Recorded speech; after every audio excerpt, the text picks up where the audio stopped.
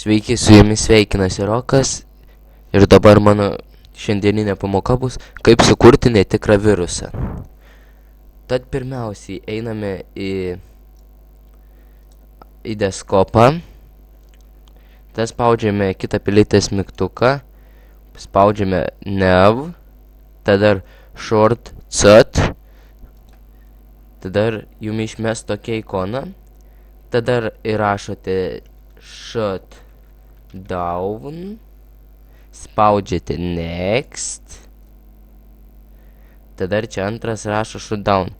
Gerai, spaudžiame finish.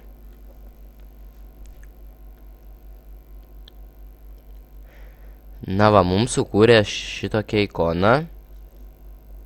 Dabar vėl spaudžiame ant jo, kitą pilietės mygtuką, po pirties spaudžiame, atsidarome, matote šitokį langelį.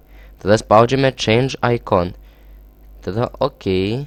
Tada pasirenkam kokį tik norite ikoną. Jų yra visi. Aš, pavyzdžiui, renkuosi išjungimo mygtuko ikoną. Tada spaudžiame Apple. Tada OK. Palaukime truputį. Na ir va. Ir jūsų virusas sukurtas. Dabar tiesiog tereikės jį nusiųsti kam nors į Skype'ą. Jei žmogus jį pasileis, kompiuteris jam tik restartuosis. Daugiau nieko nebus.